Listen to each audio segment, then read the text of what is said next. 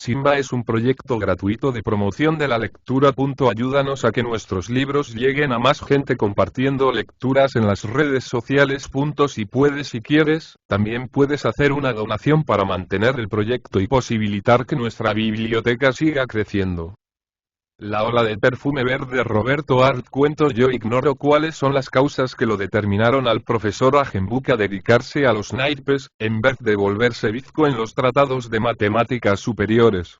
Y si digo volverse bizco, es porque el profesor Ajenbuch siempre bizqueó algo. Pero aquella noche, dejando los naipes sobre la mesa, exclamó: ¿ya apareció el espantoso mal olor?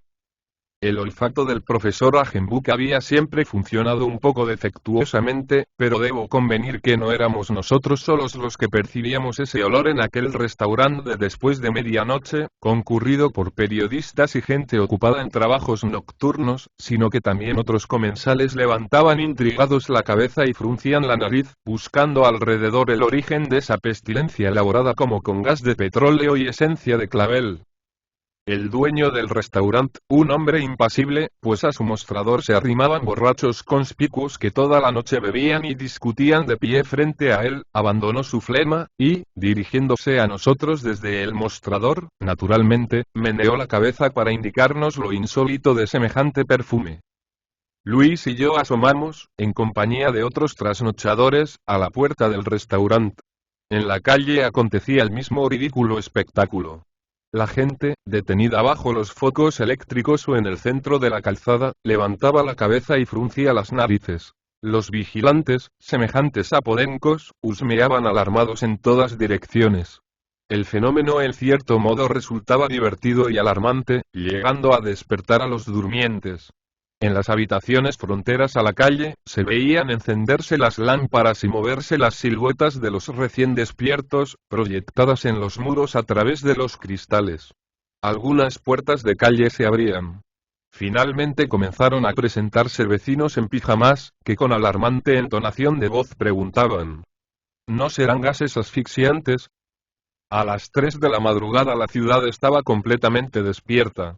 La tesis de que el hedor clavel petróleo fuera determinada por la emanación de un gas de guerra, se había desvanecido, debido a la creencia general en nuestro público de que los gases de guerra son de efecto inmediato.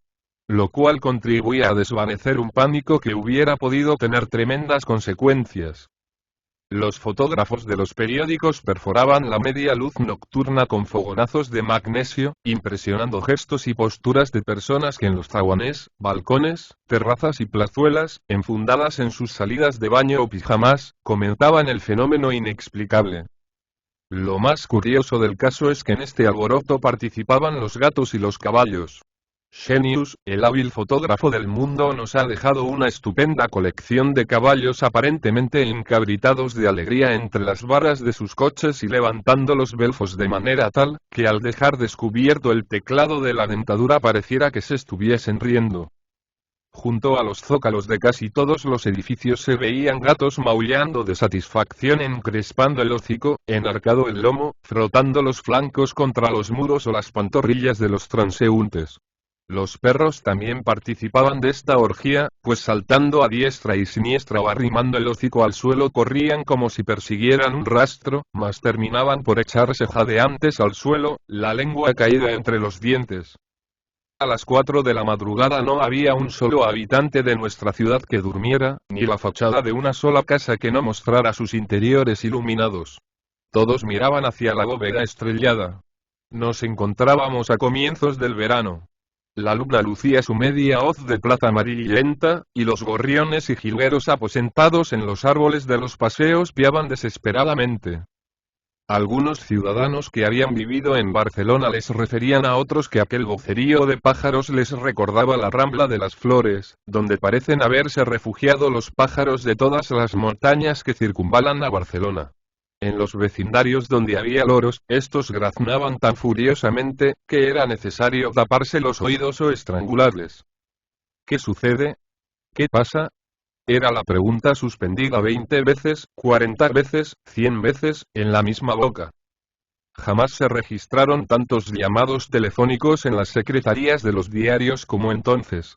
Los telefonistas de guardia en las centrales enloquecían frente a los tableros de los conmutadores. A las 5 de la mañana era imposible obtener una sola comunicación.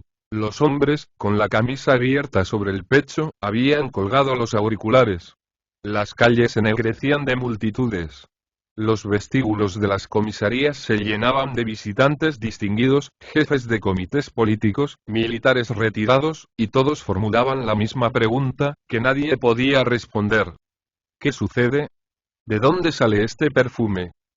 Se veían viejos comandantes de caballería, el collar de la barba y el bastón de puño de oro, ejerciendo la autoridad de la experiencia, interrogados sobre química de guerra.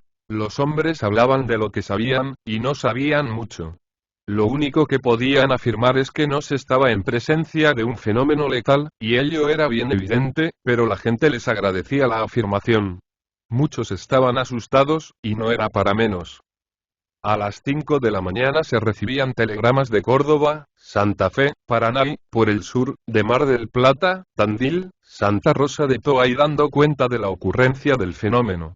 Los andenes de las estaciones servían de gente que, con la arrugada nariz empinada hacia el cielo, consultaban ávidamente la fragancia del aire. En los cuarteles se presentaban oficiales que no estaban de guardia o con licencia. El ministro de Guerra se dirigió a la Casa de Gobierno a las 5:15 de la mañana. Hubo consultas e inmediatamente se procedió a citar a los químicos de todas las reparticiones nacionales, a las 6 de la mañana. Yo, por no ser menos que el ministro, me presenté en la redacción del diario. Cierto es que estaba con licencia o enfermo, no recuerdo bien, pero en estas circunstancias un periodista prudente se presenta siempre. Y por milésima vez escuché y repetí esta vacua pregunta. ¿Qué sucede? ¿De dónde viene este perfume? Imposible transitar frente a la pizarra de los diarios. Las multitudes se apretujaban en las aceras. La gente de primera fila leía el texto de los telegramas y los transmitía a los que estaban mucho más lejos. Comunican que la ola de perfume verde ha llegado a San Juan. De Goya informan que ha llegado la ola de perfume verde. Los químicos e ingenieros militares reunidos en el Ministerio de Guerra dictaminan que, dada la amplitud de la ola de perfume, esta no tiene su origen en ninguna fábrica de productos tóxicos. La jefatura de policía se ha comunicado con el Ministerio de Guerra.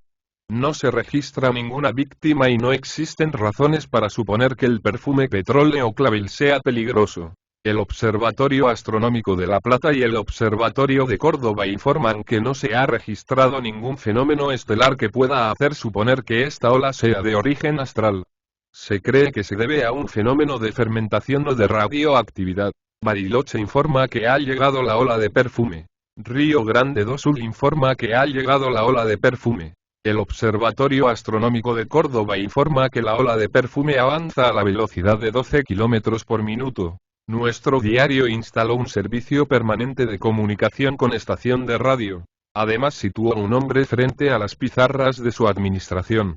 Este comunicaba por un megáfono las últimas novedades, pero recién a las 6:15 de la mañana se supo que en reunión de ministros se había resuelto declarar el día feriado. El ministro del Interior, por intermedio de las estaciones de radios y los periódicos, se dirigían a todos los habitantes del país, encareciéndoles. Primero, no alarmarse por la persistencia de este fenómeno que, aunque de origen ignorado, se presume absolutamente inofensivo. Segundo, por consejo del Departamento Nacional de Higiene se recomienda a la población abstenerse de beber y comer en exceso, pues aún se ignoran los trastornos que puede originar la ola de perfume. Lo que resulta evidente es que el día 15 de septiembre los sentimientos religiosos adormecidos en muchas gentes despertaron con inusitada violencia, pues las iglesias rebosaban de ciudadanos, y aunque el tema de los predicadores no era "estamos en las proximidades del fin del mundo", en muchas personas se desperezaba ya esta pregunta. A las 9 de la mañana, la población fatigada de una noche de insomnio y de emociones se echó a la cama. Inútil intentar dormir. Este perfume penetrante petróleo clavel se fijaba en las pituitarias con tal violencia, que terminaba por hacer vibrar en la pulpa del cerebro cierta ansiedad crispada. Las personas se revolvían en las camas impacientes, aturdidas por la calidez de la emanación repugnante, que acababa por infectar los alimentos de un repulsivo sabor aromático. Muchos comenzaban a experimentar los primeros ataques de neuralgia, que en algunos se prolongaron durante más de 60 horas. Las farmacias en pocas horas agotaron su stock de productos a base de antitérmicos. A las 11 de la mañana, hora en que apareció el segundo boletín extraordinario editado por todos los periódicos, el negocio fue un fracaso. En los subsuelos de los periódicos grupos de vendedores yacían extenuados. En las viviendas la gente, tendida en la cama, permanecía amodorrada. En los cuarteles los soldados y oficiales terminaron por seguir el ejemplo de los civiles. A la 1 de la tarde en toda Sudamérica se habían interrumpido las actividades más vitales a las necesidades de las poblaciones. Los trenes permanecían en medios de los campos y con los fuegos apagados. Los agentes de policía dormitaban en los umbrales de las casas. Se dio el caso de un ladrón que, haciendo un prodigioso esfuerzo de voluntad, se introdujo en una oficina bancaria, despojó al director del establecimiento de sus llaves e intentó abrir la caja de hierro en presencia de los serenos que le miraban actuar sin reaccionar, pero cuando quiso mover la puerta de acero su voluntad se quebró y cayó amodorrado junto a los otros.